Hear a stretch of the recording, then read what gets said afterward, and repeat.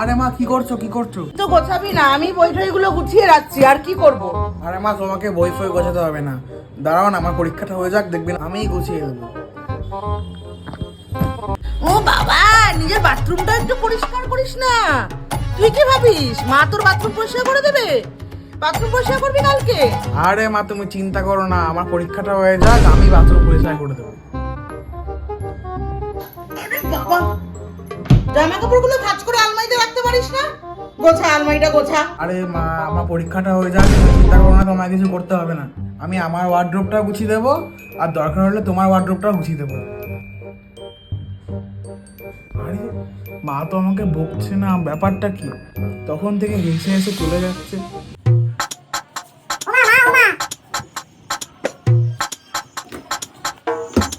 কি হয়েছে? পুরো বাড়ি তলমাটি ঘোল করছিস কেন? কি হয়েছে? মা, আমার ফোনটা দেখেছো মা? হ্যাঁ দেখেছি তো, পরীক্ষার পরে পেয়ে যাবি। তাই ভাবি